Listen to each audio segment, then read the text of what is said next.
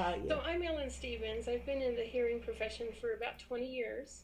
So I've seen a lot of people with tinnitus over the years. And in those last 15 years, I've been working here at Affordable Hearing in Broomfield. Tinnitus is sort of a concern worldwide. So I'm hoping that I can kind of bring some of that out for folks, and we'll see what happens here. Okay.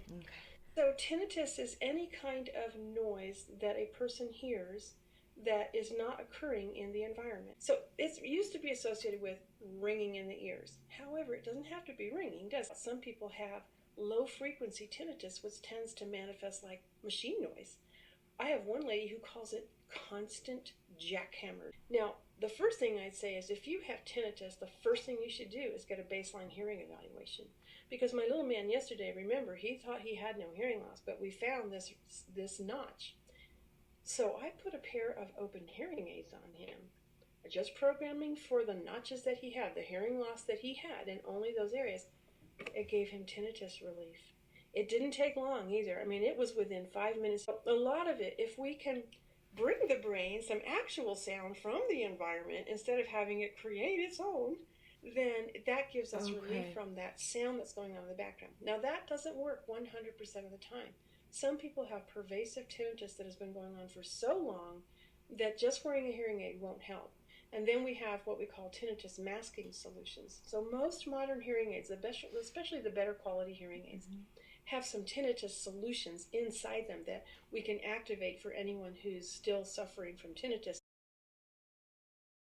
So yeah, no cure, but you can learn to manage it. And honestly, even though there's no cure, there is enough relief from tinnitus. Tinnitus actually appears to go down when a person is doing one of these things. And aiding is number one if there's hearing loss present.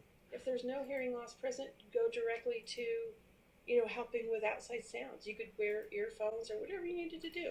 Some people really like getting some kinds of CDs that will produce sounds that are like their tinnitus. So they'll mask it themselves.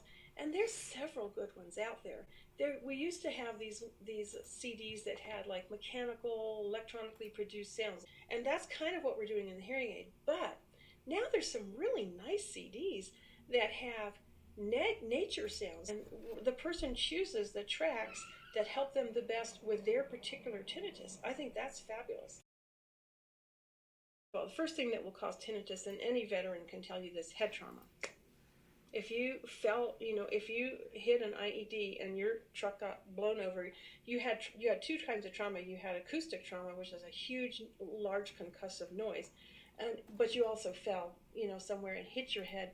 And boxers, this will happen to boxers. They get punched on the head, boom, their ears ring. So that will definitely cause tinnitus. And it's very possible there is an obstruction in the canal, like just a hair.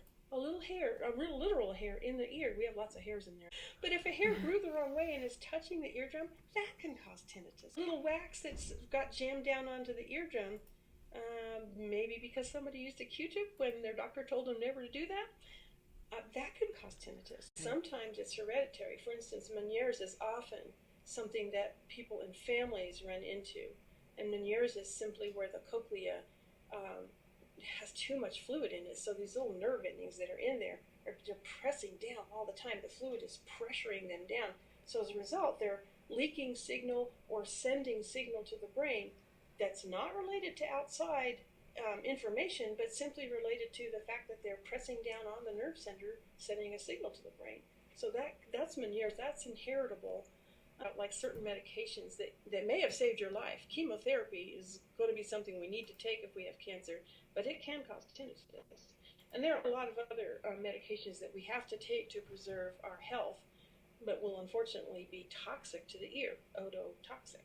So a person who is a smoker is basically gradually depleting the nerve endings all through their body, including the cochlea, from oxygen.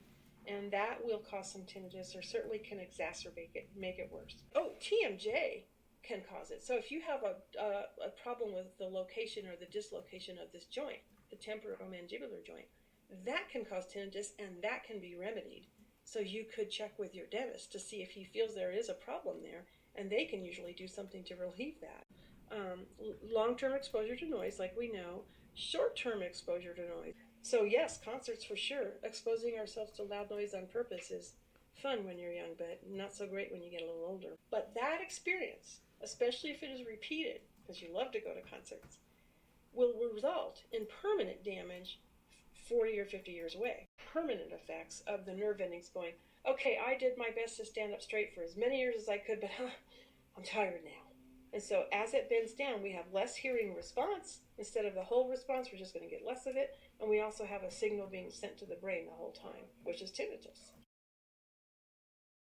Any pain if there's any sudden change, if there's any sudden noise, if you've had a cold and that ringing did not go away after 8 days, go see the doctor. Okay. I mean, we can't wait on these things, especially not for noise and sudden hearing loss. It's got to be addressed truly within hours of discovering it.